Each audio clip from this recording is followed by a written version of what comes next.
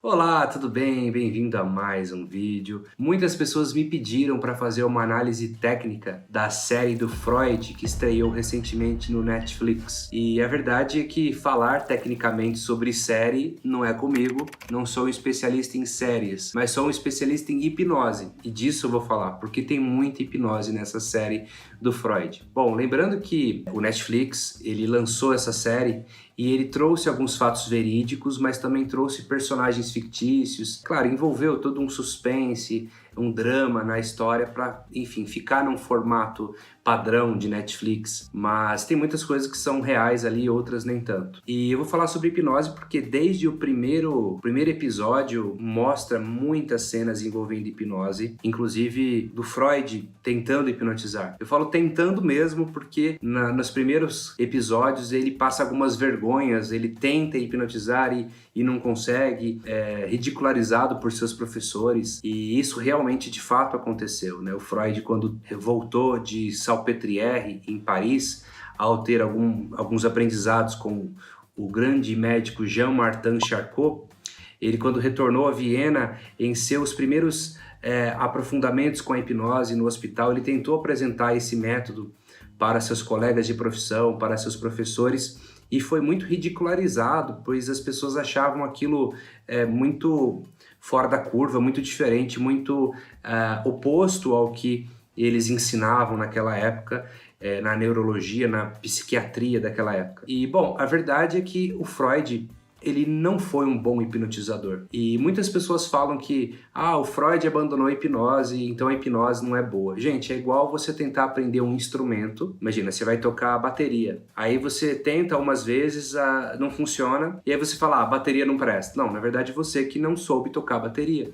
Da mesma forma, a Freud e hipnose são coisas diferentes. O Freud não conseguiu ser um bom hipnotista. E eu já começo dizendo uma frase que ele mesmo disse, não sou eu que estou dizendo, olha só, eu vou ler para você. Tornou-me logo enfadonho o hipnotismo, como recurso incerto e algo místico. E quando verifiquei que apesar de todos os meus esforços, não conseguia hipnotizar, senão parte dos meus doentes, decidi abandonar a hipnose. Isso está descrito por Freud em Obras Completas de Sigmund Freud, volume 8, 5 lições de psicanálise. Gente, ele mesmo disse que se tornou enfadonho o hipnotismo, ou seja, enfadonho, ele se cansou de tentar hipnotizar, ok? E como recurso incerto e místico. Gente, hipnose é mística? Hipnose é científica, inclusive a hipnose tem comprovação científica e a psicanálise não. Com todo respeito, eu sou psicanalista, gosto da psicanálise, mas não tem uma comprovação científica, é uma teoria, ok? A hipnose tem inúmeros artigos onde é citada, basta procurar aí no Google Científico, no PubMed, etc. Bom, hipnose é mística? Claro que não, né? Recurso incerto? Hipnose? Não. E quando verifiquei que apesar de todos os meus esforços, ou seja, ele tentou, eu não consegui hipnotizar, senão parte dos doentes, decidi abandonar. Aí é fácil, né? Ele tentou várias vezes, não funcionou, então ele falou, vou abandonar esse negócio. Mas aí o que ficou? O problema não é o Freud. O Freud foi honesto. Foi honesto, não sei hipnotizar. O problema foram os seguidores do Freud que afirmam constantemente, não use hipnose, Freud abandonou, então não é boa. Eu frequentemente recebo nos meus banners patrocinados de cursos de hipnose, muitas vezes pessoas dizendo assim, mas você ainda insiste nisso, garoto? Freud abandonou a hipnose, ele já comprovou que ela não funciona. Gente, o Freud comprovou que a hipnose não funciona? Não, na verdade ele mesmo disse que não conseguia fazer. É triste ouvir isso, né? No meu curso de psicanálise eu ouvi muito isso dos professores como, para de mexer com hipnose, isso não funciona, o Freud já disse, enfim, essa não é a verdade, né? Inclusive, ao final da vida de Freud, ele veio reconhecer a hipnose como ferramenta importante, mas confessar que ele não dava conta de fazer. Algumas pessoas dizem que ele hipnotizava cerca de 20% dos pacientes apenas, é muito pouco. Isso não é por culpa dele, porque ele era ruim, não, ele não tinha acesso. Naquela época, sabia-se muito pouco, imagina. O Freud morreu em 1939. Somente em 1949 que o Dave Elman, um dos grandes expoentes da hipnose, o pai da hipnose clássica, apresentou os seus conceitos para a Sociedade Médica dos Estados Unidos. O Freud não conheceu isso. tampouco conheceu Milton Erickson, que foi o outro grande pai da hipnose, o gênio da hipnose, que teve o seu auge nos anos 70. Então, o que o Freud sabia era muito pouco, e aí com esse muito pouco ele não sabia conduzir muito bem. Foi muito experimental o processo dele. Vale-se dizer que o Freud é um gênio na análise, isso ele é genial. Um grande criador de teorias, um divisor de águas, né, com a criação da psicanálise, mas não um bom hipnotizador. Então, eu vou dar uma série de argumentos aqui para você definitivamente saber argumentar quando alguém dizer que hipnose não funciona porque Freud abandonou. Você vai explicar que não é bem assim. Mas falando da série, o Freud dá uma demonstração de como não fazer hipnose. Ele hipnotiza de uma maneira onde ele provoca abreações, que são a liberação de um material recalcado, e a pessoa entra num estado emocional muito agudo, muito acentuado. E nesse momento deve haver o quê? Uma ressignificação. E o Freud não. Inclusive, cancelava a sessão naquele momento, pedia para o paciente abrir os olhos e a pessoa saía transtornada. Por quê? Ele não era um ressignificador, ele queria fazer uma análise em transe. Ele queria perguntar em transe. E aí, isso não funcionava. Porque a pessoa acessava a emoção, mas não tinha um desfecho. E a pessoa saía frustrada da sessão. Então, realmente, se você assistir lá, você vai ver exatamente como você não deve fazer hipnose, que é deixar a pessoa em pânico e liberar ela sem fazer uma ressignificação. Enfim, ele tenta hipnotizar com aquele reloginho, aquele pêndulo. Não que não funciona, funciona, mas é uma forma hoje um pouco antiquada até de se fazer.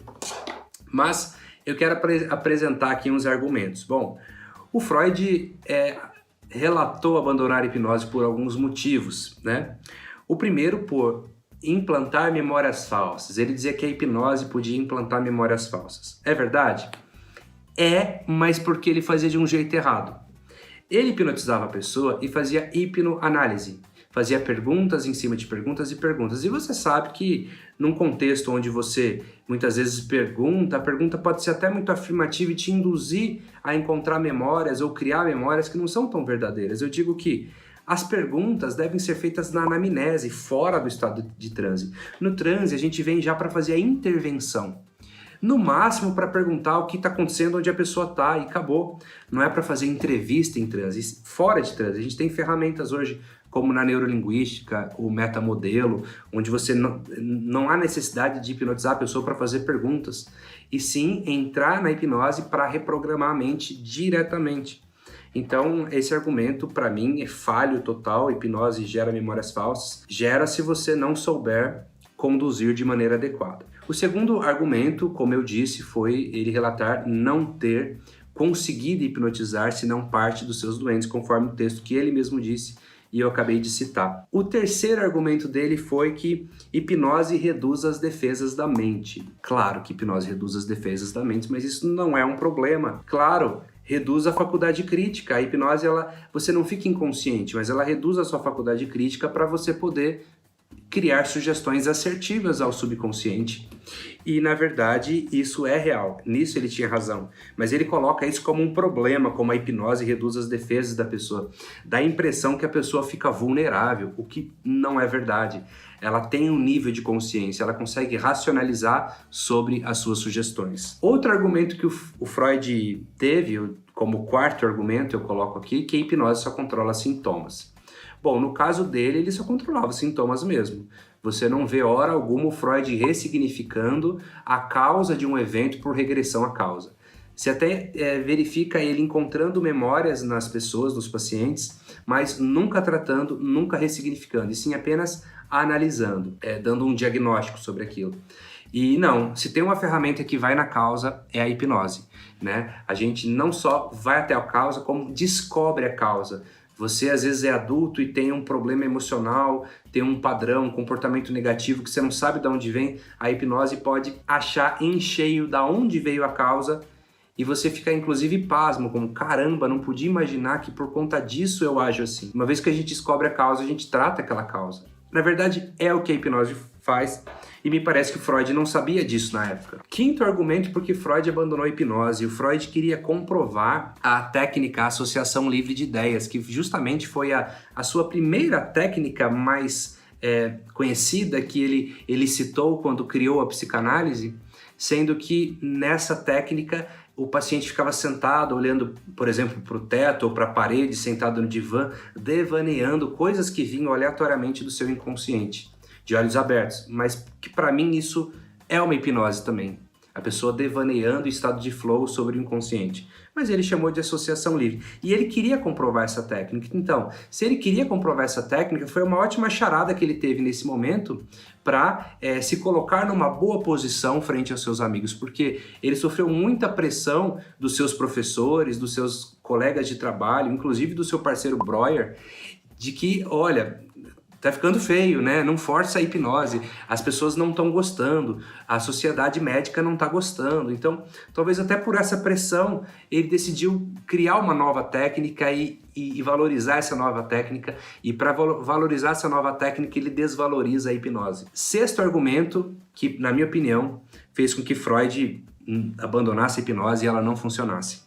Na verdade, não é que ele abandonou a hipnose. Para mim, ele continuou fazendo hipnose, só que com outro nome e de uma forma diferente, tá?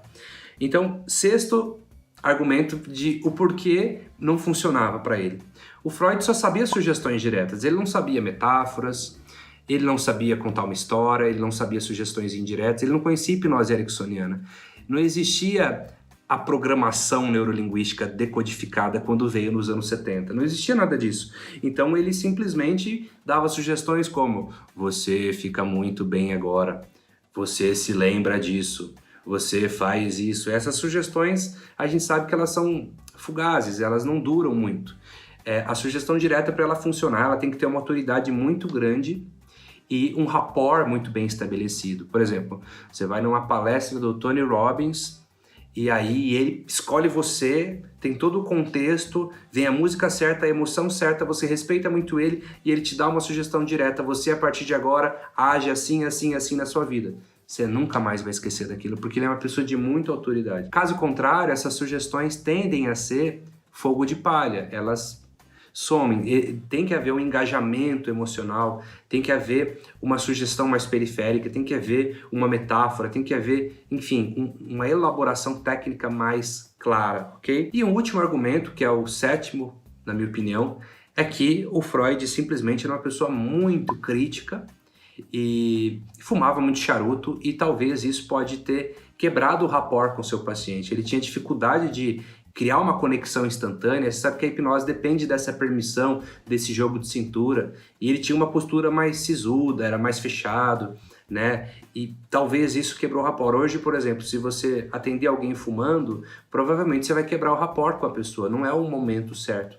Naquela época ele fazia isso, então, na minha opinião, no meu mapa, isso pode ter sido uma coisa que quebrava o rapport com os pacientes também. E, gente, mesmo que o Freud tivesse abandonado a hipnose de fato e assumido que o problema, que a culpa era da hipnose, né? Tudo bem ainda, porque a gente não usa a hipnose de Freud. A gente usa a hipnose de Milton Erickson, a hipnose de Dave Elman. A gente não usa nem a hipnose de Charcot, que foi professor de Freud. Tem poucos estudos, poucos relatos sobre o que Charcot de fato fazia, né? Então o que a gente mais usa, vamos colocar assim, 90% vem de Erickson ou de Dave Elman, ou de James Braid, aquele que cunhou o nome hipnose. E algumas poucas coisas de hipnose não verbal, como o Franz Mesmer fazia, etc. Bom, mais alguns argumentos que você pode usar quando alguém te falar: mas a hipnose não é boa, o Freud abandonou, hein? Você vai falar o seguinte: bom, o Freud, certa época, receitava cocaína. Cocaína é boa? Inclusive, na série mostra ele se drogando várias vezes com cocaína. Vale lembrar que naquela época a cocaína não era uma droga ilícita como é hoje, era uma coisa que ninguém conhecia direito. Mas ele usava cocaína, inclusive tem relato de um paciente que chegou a óbito através dessas receitas do Freud aí. Então, ele usava cocaína e recomendava cocaína para os seus pacientes. Cocaína é boa? Só esse argumento já desmonta o outro, né? Outro argumento que você pode falar é: bom, Freud abandonou a medicina também. Ele era médico, mas aí ele usou hipnose, de repente criou a psicanálise e nunca mais atuou em hospital, nunca mais atuou como médico, e sim como um analista, como um psicanalista. Medicina não é boa porque ele abandonou a medicina? Sabe? Então não faz sentido. Sabe, a mesma coisa que você pegar um gênio como Leonardo da Vinci e falar assim: olha, maçã não é boa. Por quê? porque o Leonardo da Vinci falou que maçã era ruim. O que tem a ver? O Leonardo da Vinci é um grande inventor, mas não um bom comedor de maçã, um bom conhecedor de maçã. Percebe como não faz esse sentido quando você fala Freud? Parece que as pessoas colocam ele como um deus, que assim, se ele falou, não funciona. Gente, ele era um gênio. Eu sou fã do Freud como psicanalista, tanto que eu fui estudar psicanálise. Sou formado em psicanálise porque eu gosto do Freud. Depois aprendi a gostar muito do Jung, do Lacan e de vários outros. Mas a verdade é essa.